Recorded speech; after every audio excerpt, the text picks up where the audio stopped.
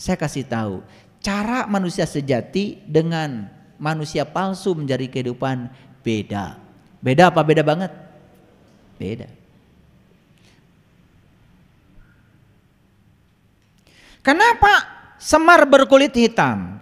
Ini simbol orang yang bekerja keras di bawah terik matahari. Nah, ada dua matahari. Satu matahari jasmani, satu matahari ruhani.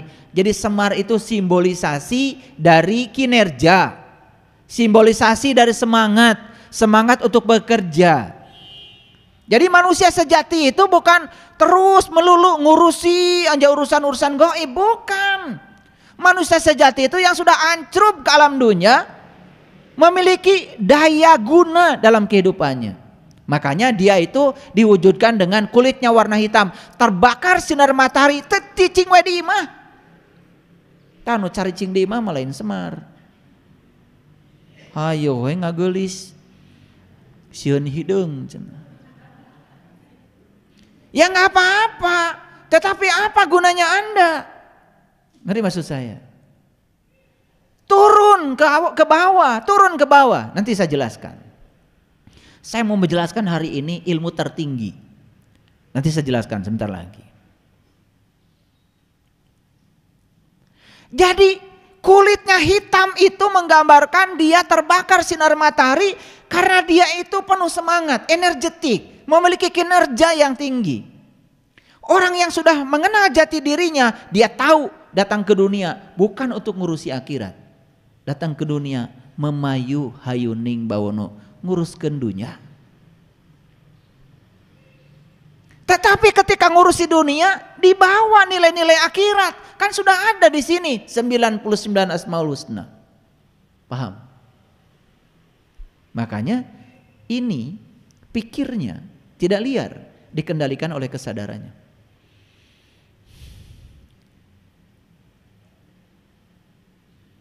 Nah, warna hitam pada tubuhnya Semar juga melambangkan tentang simbol dari tanah. Makanya tanah, bumi itu disimbolkan dengan warna hitam. Oke, saya mau jelaskan dulu ada 4 tahapan ilmu. Lihat ya. Yang pertama, tahapan ilmu yang pertama disebut saepigeni, disebutnya api. Gambaran manusia yang baru belajar ilmu. Nah ini lihat saya. Biasanya kalau orang baru belajar ilmu, sifatnya apa? Panas, emosian, dikit-dikit debat. Biasa, ini masih tahapan pertama, namanya saepigeni. Ini namanya ilmu api. Di level seperti ini gak mau kalah, merasa dia yang paling berilmu.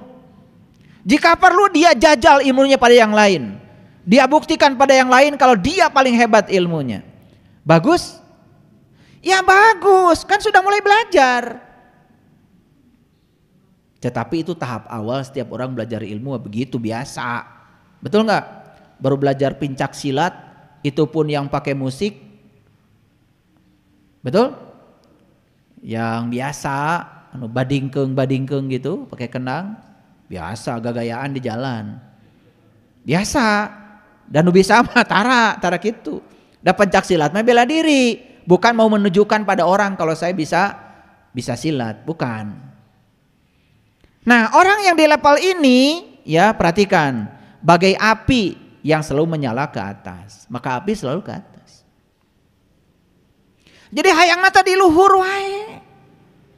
Pengennya tampil angkuh. Bagus enggak? Bagus. Karena di tahapan awal orang belajar ilmu. Kan sudah belajar, daripada untuk diajar. Cuman waspada, ini adalah masih tahapan rendah. Ya sama ya. Baru belajar ilmu ma'rifat 2 minggu, langsung pengumuman besok sudah jadi guru. Udah mulai ngajar mana-mana ya. Poe kene udah ngajar. Yang kedua ilmu saipi bayu namanya. Ini lambangnya angin. Ini gambaran manusia yang ilmunya sudah sedikit lebih tinggi di atas sapi geni. Nah, sifatnya seperti angin. Kalau angin kan menerpa siapapun merata. Nah, orang di level ini kebijaksanaannya sudah mulai naik. Gak apa-apa, sudah mulai memandang setiap orang sama, tidak membeda-bedakan, ya, gitu. Jadi dia sudah punya mata yang sama buat seluruh manusia. Mulai ada penghargaan buat setiap orang tuh sama, tidak merasa dirinya paling unggul. Ini ilmu yang kedua. Nah, ilmu yang ketiga, nah ini dua tahapan ilmu ini oleh Semar nggak dipakai, nggak dipakai. Tahapan ilmu yang ketiga namanya saipi banyu, air. Ini gambaran manusia yang ilmunya lebih tinggi lagi daripada saipi yang tadi, saipi angin dan saipi api. Sifatnya sudah mulai turun ke bawah. Cai, tahu cai? Api mas selalu turun ke bawah. Dan air turun ke bawah. Dan air itu disediakan wadah kayak apa? Dia ngikutin bentuk wadahnya. Nah, ini yang disebut dengan sing bisa ngigelan. Sing bisa ngigelan kehidupan. Sing bisa cai. Makanya ilmu cai ini level ketiga.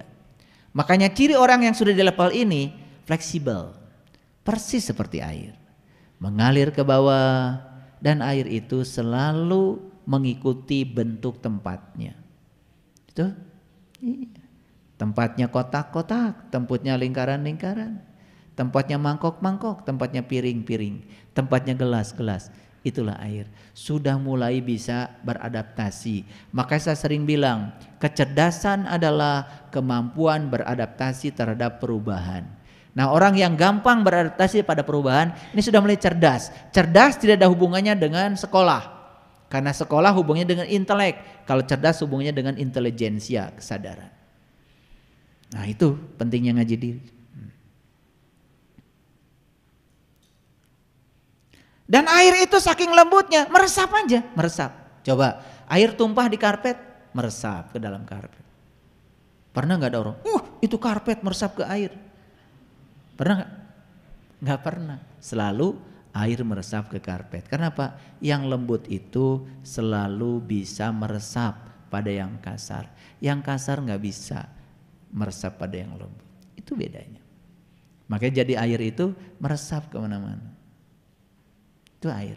Sekecil apapun lubang dia selalu meresap. Itu air.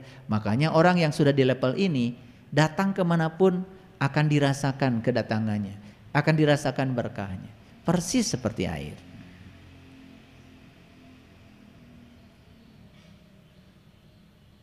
Nah, ilmu tertinggi, ini ilmu tertinggi namanya ilmu bumi, disebutnya tanah.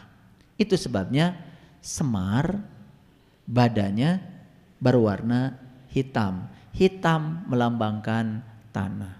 Apa artinya? Semar itu perlambang dari orang yang sudah kenal jati dirinya, hidupnya sudah membumi. Nah, ini yang keliru. Kita sering bilang orang suci itu nu eta nu arinit kaleuweung. Orang suci itu orang yang hidup di kehidupan seperti teratai. Semakin kotor tempatnya dia semakin suci. Bukan menolak kotoran, bukan lari dari kenyataan. Orang yang lari ke hutan belajar agama eta mah sieun ku kahirupan. Cicing we di kamar, ngawirid cenah. Alhamdulillah abdi mah salami di leuweung teu kagoda. Rek kagoda naon di leuweung. Tapi anehna teh nu balik ti leuweung sok jadi pananyaan. Nya. Malah di leuweung cicingna ge dina gubuk teu bogana naon ditanya. Kumaha cenah cara supaya abdi hoyong dagang laku? Eta nanya dagang ka jelema anu cicing di leuweung ngarti dagang ge henteu, manehna ge tara dagang-dagang acan. Lamun hayang nanya ilmu dagang, tanya ka tukang dagang. Da urang mah sok salah. Paham? Kalau ingin belajar ilmu tentang rumah tangga, tanya orang yang sudah berumah tangga lama. Pernah mengalami masalah di rumah tangganya tetapi tetap aja utuh, tanya. Ieu mananya anu can kawin. Da balik ti leuweung teh kumaha teu nyambung. Nah, ilmu yang paling tinggi namanya ilmu bumi, namanya ilmu tanah. Jadi perhatikan saya. Siapa orang yang paling tinggi ilmunya adalah orang yang sudah membumi. Yaitu orang yang sudah menjadi manusia yang berguna lahir batin dan dia sudah nincak sukuna di bumi. Manusia biasa atau manusia luar biasa? Manusia biasa. Makanya manusia biasa adalah orang ilmunya paling tinggi. Nusara rakti mah eta mah. Hese pae.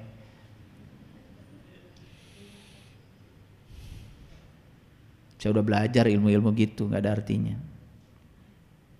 Mari kita lihat sifat tanah sekarang. Jadi ilmu yang tertinggi namanya ilmu bumi, ilmu tanah. Apa sifat tanah? Satu, sifat tanah mah diam. Betul? Kecuali kalau longsor. Sifat tanah mah cicing.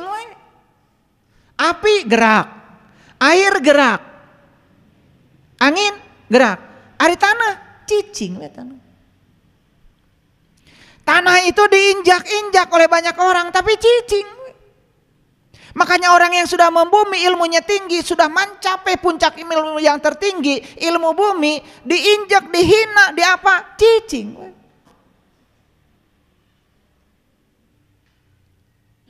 Beda kan kalau api. Coba api keanginan we saeutik centil. Betul enggak? Iya. Centil. Guplak pahe. Itu api. Biasa gitu, makanya orang yang baru belajar tuh kayak api. Katiup we saeutik keur gagah-gagahan. Poek we. Ya itu. Makanya kenapa di Quran ada Quran surat Al-Falaq, Qul a'udzu birabbil falaq. Aku berlindung kepada subuh. Naon subuh teh? Subuh teh mimiti caang. Pindah dari galap ke terang. Makanya minta perlindungan kepada Allah dari subuh. Kade, minta perlindungan dari subuh bukan subuh berbahaya. Etape subuh adalah etape berbahaya. Orang yang baru belajar ilmu pertama kali bahaya. Makanya minta perlindungan pada subuh. Qul a'udzu birabbil falaq. Aku berlindung pada subuh. Subuh apa? Subuh kesadaran. Nih pengumuman kalian nih yang baru melek, baru sadar. Tong centil. Kakara sadar. Karena kalau di situ kalian tidak bisa menjaga, bisa sare deui.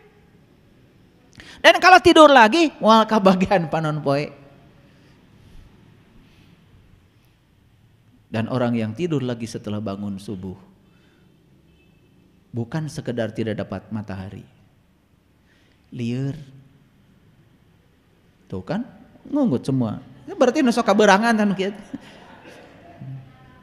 Pengalaman. Betul enggak?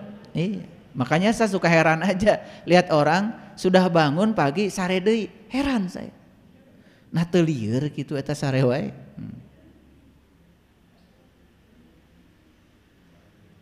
Paham maksud saya? Ini ngerti nggak dari tadi saya bicara? Bumi diinjak diam, bumi dipacul diam. Makin dipacul makin dalam, bumi makin subur.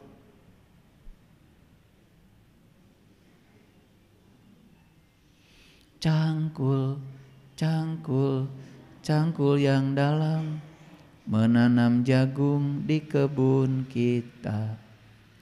Ambil cangkulmu. Itu kan? Ingat lagu itu? Itu lagu Ma'rifat. Cangkul yang dalam maksudnya apa? Kesini nyangkulnya. Nih, cangkul yang dalam, cangkul yang dalam. Makin dalam nyangkulnya, nanam apapun subur, ranum. Buah kesabaran, buah kebijaksanaan, buah kearifan, buah kecerdasan, ranum. Ini nutar macul. Betul? Iya, makanya lir ilir tandure wong sumilir ta ijo royo ta sengguh temanten anyar ta sengguh temanten anyar bocah angon pene no blimbing kui lunyu pene no kanggo sebo mengko sore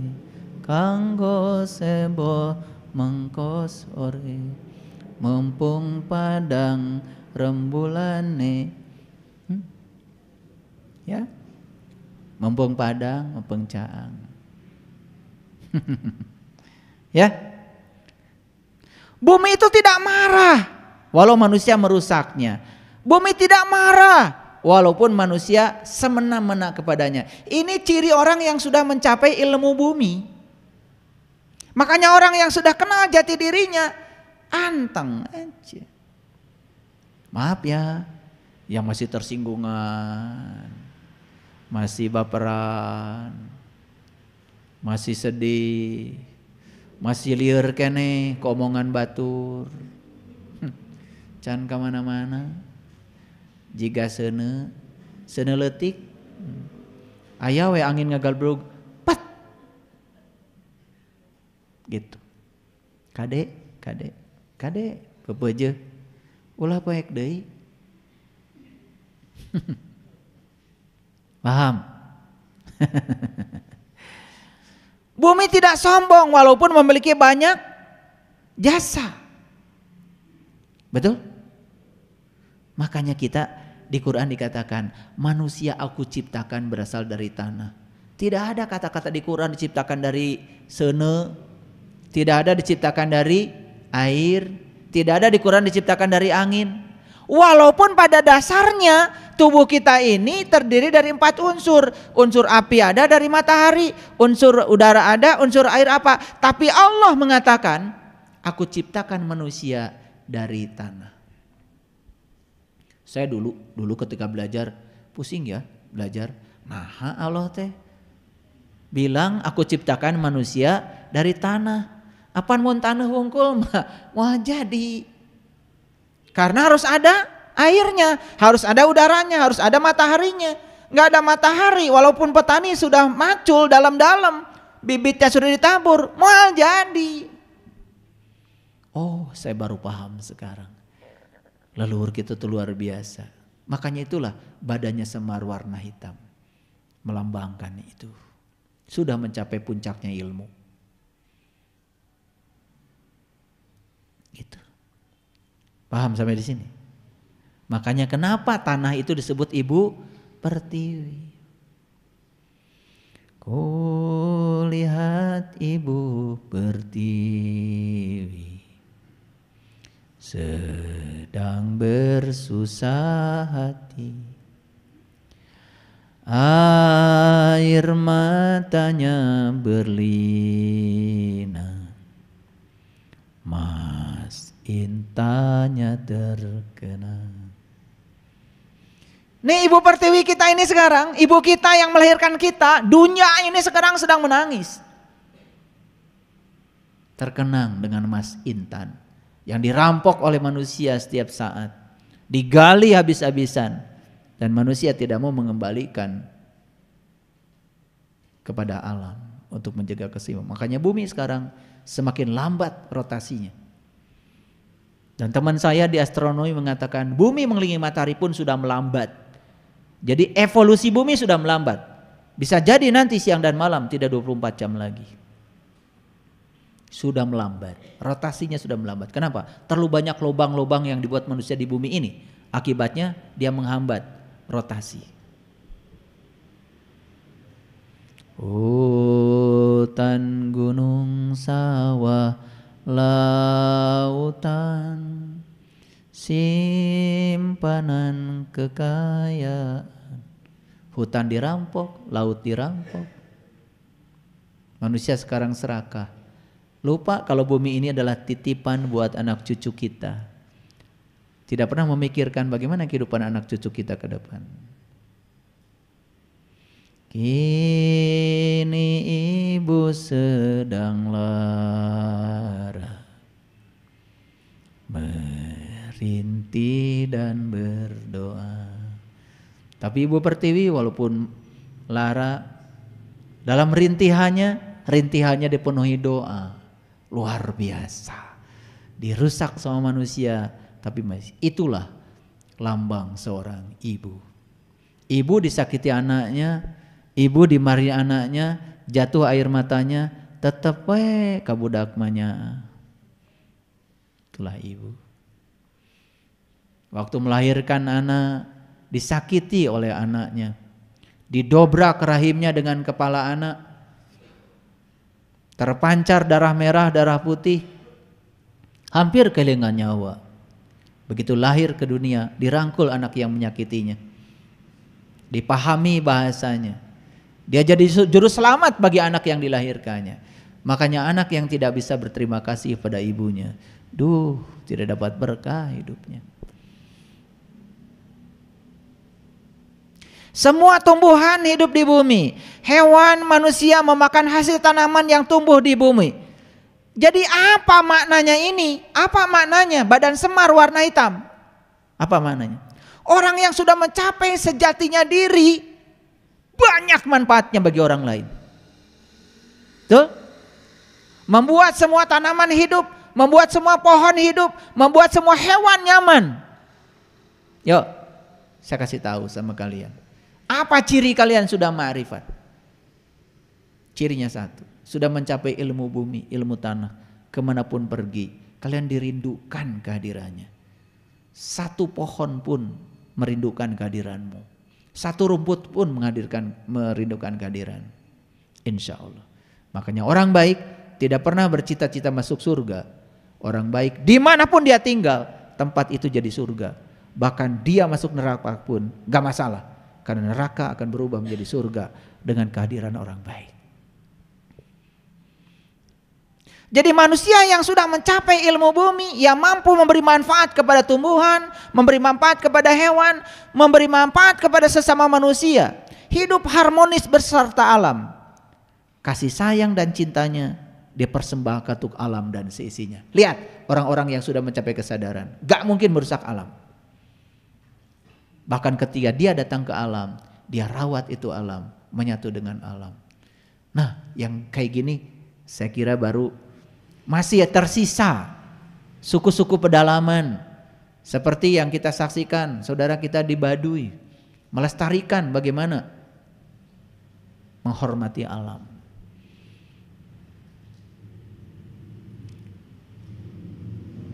Jadi ngerti sekarang kenapa kulit semar warna hitam, ngerti? Oke. Sekarang kita bahas wajah semar, warnanya putih berseri. Maka di Quran dikatakan pada saatnya akan ada orang-orang beriman yang wajahnya putih berseri. Jadi orang beriman itu wajahnya putih berseri. Makanya lucu kalau ada orang membuat semar warna wajahnya aneh, harus putih. Karena leluhur kita memberikan lambang itu. Apa maknanya? Menggambarkan kolbu dan pikiran yang bersih. Itulah cerminan orang yang sudah bersih di dalam, wajahnya bersih, penuh persahabatan, enak dipandang, senyumnya menarik, kata-katanya membuat orang lain selalu rindu. Itulah. Makanya untuk bisa membersihkan kolbu dan pikiran diperlukan perjuangan lahir dan batin. Salah satunya adalah wudhu dan sholat. Nih, jangan salah arti. Wudhu artinya apa? Berpisah. Sholat artinya apa? Menyatu. Berpisahlah dengan segala sesuatu selainnya, menyatulah dengan dia. Siapa yang sudah semar, syahadatnya betul, elingnya sudah sah, ya, mengenalnya sudah benar, ya, apal ke jati diri, rasanya sudah hidup, sudah semar, maka wajahnya putih berseri, dirindukan semua orang. Wah, kalau begitu mulai besok wajah saya mau dikasih warna putih aja biar kayak Semar. Bukan itu maksud saya, ya. Putihkan wajahmu dengan amalanmu. Putihkan wajahmu dengan akhlak muliamu. Gitu. Jadi putih itu adalah lambang dari apa tadi? Lambang dari cahaya. Dalam putih ada semua warna. Jadi orang yang sudah putih, sudah suci, menerima semua perbedaan, menerima semua warna.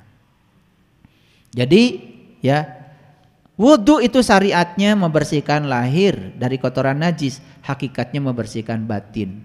Perhatikan saya, karena tubuh kita tidak akan pernah bisa disucikan. Air kencing di dalam, kotoran juga di dalam. Betul? Sekarang mengerti? Wajah Semar.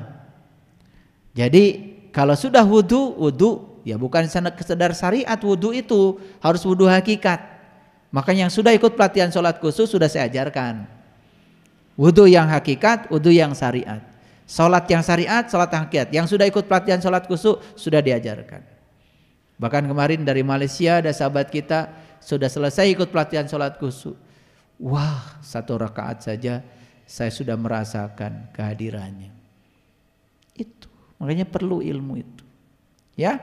Nah, sehingga kalau kita sudah pikirannya bersih, sudah tidak kotor lagi, kita pun akan bersih dari segala macam penyakit. Pandangan mata kita, makanya kan wudu tuh sekitar sini. Coba lihat. Wudu yang dibersihkan apa? Pertama tangan. Tong cocorokot. Betul? Yang kedua yang dibersihkan apa? Mulut. Awas, awas kata-katamu. Yang ketiga dibersihkan hidung kan? Awas, awas penciumanmu. Berikutnya yang dibersihkan wajah kan? Di wajah apa? Ada mata, ada anggota yang lain. Betul? Berikutnya yang dibersihkan ini pikiran. Wamsahu birusikum. Sapu kepalamu. Disapu kepalanya. Disapu pikiran kotornya. Terakhir sini pendengarannya. Baru kaki. Hati-hati melangkah. Luar biasa. Itu filosofis wudu tuh dalam banget. Cuman saking seringnya wudu sampai gak sadar. Nah, maka dari wajahnya orang yang sudah selesai wudunya, sudah selesai sholatnya, terpancar sinar kebaikan, keramahan, ketenangan, kenyamanan yang dilambangkan dengan warna putih. Makanya di Quran dikatakan orang beriman itu wajahnya putih berseri. Loh, ada orang ngaku beriman wajahnya hitam legam. Gak apa-apa, baru ngaku kok. Betul? Gitu. Jadi itulah ya yang perlu diperhatikan. Baik, kita lihat sekarang jari tangannya. Ya. Jadi jari tangan Semar itu tadi begini ya. Sudah jelas, saya sudah jelaskan, ya. Dan lurus, nggak bengkok, lurus, ya. Itu artinya luruskan syahadatmu, luruskan elingmu, ya, luruskan ma'rifatmu, luruskan mengetahui jati dirimu, luruskan akhlakmu, tuh, ya. Nah, jadi Semar itu tidak pakai baju. Kenapa tidak pakai baju? Karena baju itu buatan siapa? Baju buatan siapa? Baju buatan manusia. Ya. Makanya Semar tidak pakai baju. Hanya menggunakan baju buatan Tuhan, yaitu kulit. Nah, bajunya Semar apa? 3 bajunya Semar. 1 kesucian, 2 kehormatan, 3 kebaikan. Tidak menggunakan baju. Nah, itu bukan berarti kalian besok-besok pada nggak pakai baju karena ingin nyontoh Semar, tetap pakai baju, ya. Tetapi itu kan simbolik. Maksudnya jangan terlalu mengagungkan baju ini. Kalau kalian kan sudah pakai baju kayak gini syar'i, merasa paling benar kan? Jangan mengagungkan bajumu. Karena baju yang sebenarnya adalah takwa. Maka di Quran dikatakan sebaik-baiknya baju adalah takwa. Makanya ada baju takwa kan? Itu ya. Baju takwa sudah ada di Pasar Baru sekarang. Ya. Jadi Semar tidak pakai baju buatan manusia, tidak pakai baju buatan tangan manusia. Melepaskan semua baju itu. Apa artinya?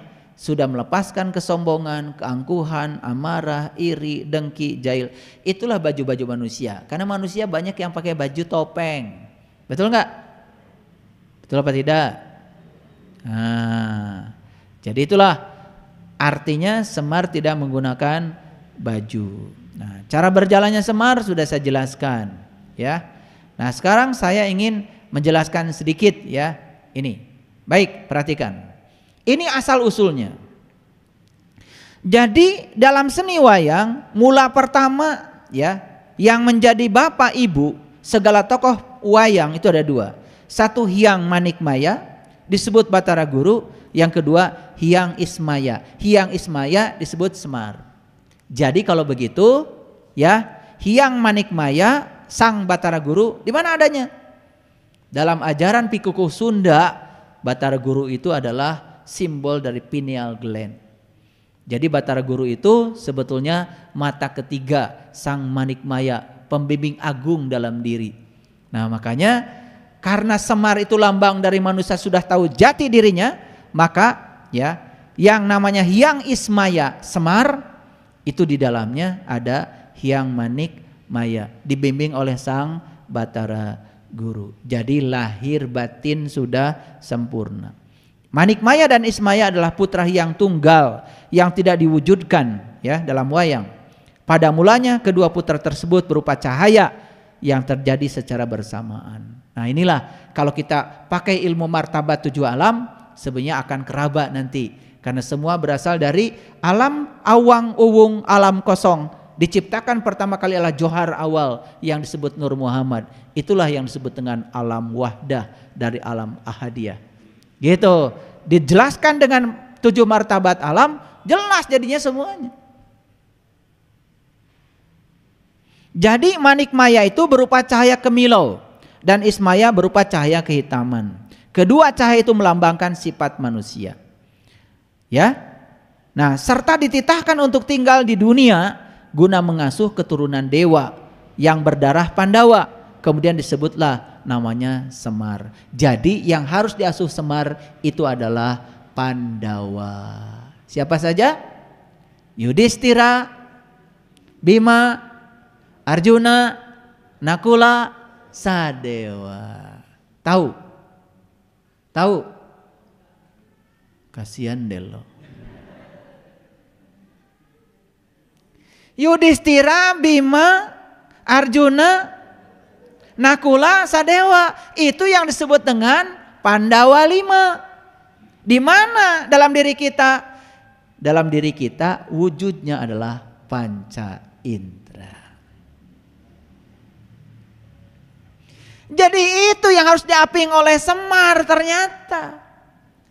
Makanya begitu Semar itu sudah tahu jati dirinya, ketika manusia sudah menjadi Semar, sudah syahadatnya benar, elingnya benar, ma'rifatnya benar, apal jati dirinya benar, rasanya sudah benar, sudah bless Semar jadi manusia sejati, maka dia akan terang benderang sang Manikmayanya. Batara Gurunya hidup dalam dirinya. Nah, Batara Guru yang hidup dalam Ismaya ini, itu tugasnya adalah ngaping 5 Pandawa.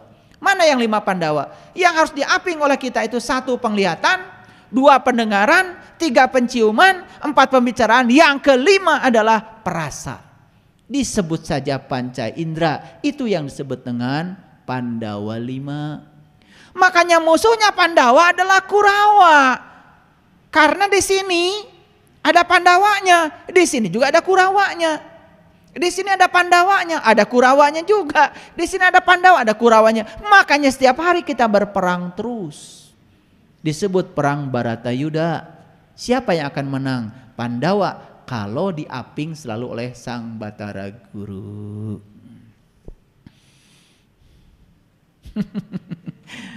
Kalau nggak ngerti ini, kalian cuma nonton wayang aja.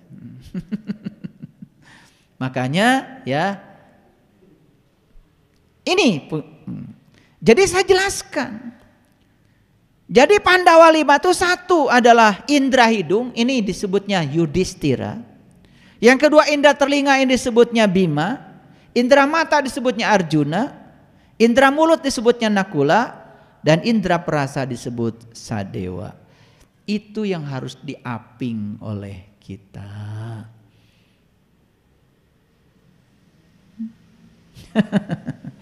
Hebat ya leluhur kita bikin simbolik.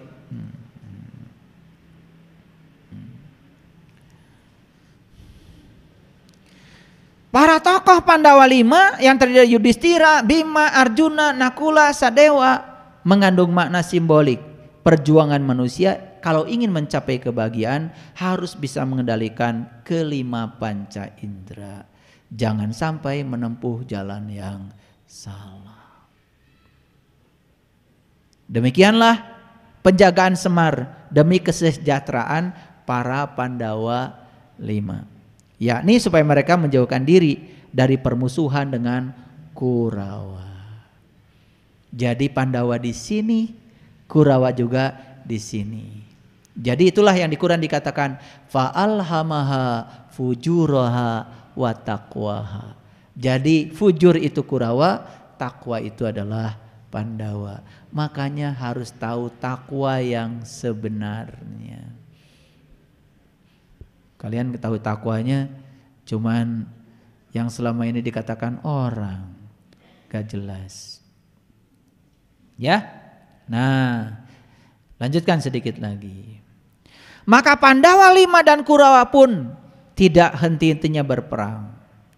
Peperangan, ya pada peperangan yang penghabisan, perang Bhatarayuda, dan pemenangnya adalah Pandawa. Saya berulang kali mengatakan, apa yang menyebabkan Pandawa menang berperang? Karena Pandawa dengan Kurawa sama-sama gurunya Krishna. Pandawa minta Krishnanya, Kurawa minta senjata dan tentaranya. Itulah kesalahan kita selama ini. Pada Tuhan kita minta rezekinya, minta ilmunya, minta kekuatannya. Orang yang cerdas pasti minta Tuhannya.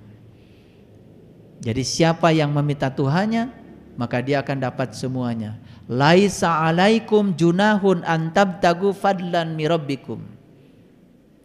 Fa iza afadtum min Arafah fazkurullah indal masyaril haram. Makanya siapa yang sudah masuk ke Arafah, maka dia bisa mengingat Allah indal masyaril haram. Di aras yang suci. Di dia ingat teh, sanes di dia. Gitu. Nah, jadi sedikit lagi.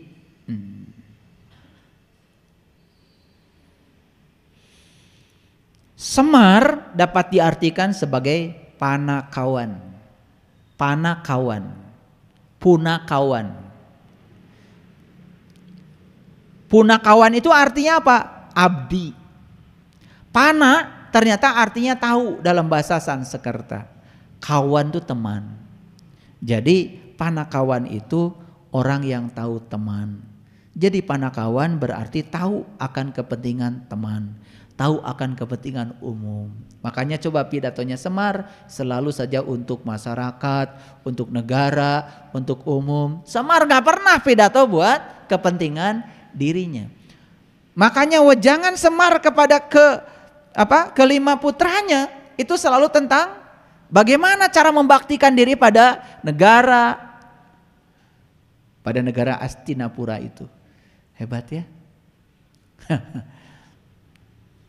Mau jadi Semar? Mau jadi Semar? Baru mau sekarang, kemarin-kemarin gak mau.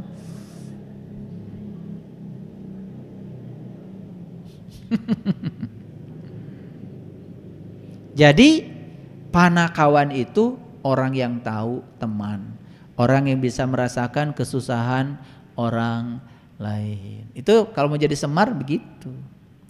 Makanya Semar selalu mengikuti Janaka. Udah saya jelaskan tadi, Janaka dari kata jana dan ka. Makanya kan di Quran laka. Laka itu ka itu dalam bahasa Arab kamu. Jadi janaka artinya adalah janaka, jenaka. surgamu. Maka siapapun yang sudah menemukan diri sejatinya, maka dia akan bisa mengendalikan Pandawa 5 dalam dirinya. Hidupnya penuh dengan janaka, berselera humor. Nah, saya tahu kalian dulu sebelum ngaji dengan saya wajahnya seperti apa. Dan setelah ngaji dengan saya ajarkan joget, saya ajarkan nyanyi. Baru wajah-wajahnya pada keluar, endorfinnya keluar, dopaminnya keluar, serotoninnya keluar ya. Dulu ketika ketemu saya, wajahnya adrenalin semua. Ya kalau adrenalin semua kan serem, betul nggak? Serem.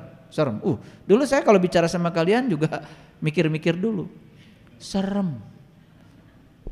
Kalau bicara begini kesinggung nggak ya? Gitu. Karena yang menyeramkan itu ya memang harus hati-hati. Tapi sekarang setelah kita tahu, saling mengenal, sudah lumer, sudah semuanya, sudah cair. Kadang-kadang saya menasehati dengan cara berguru, nggak sakit hati.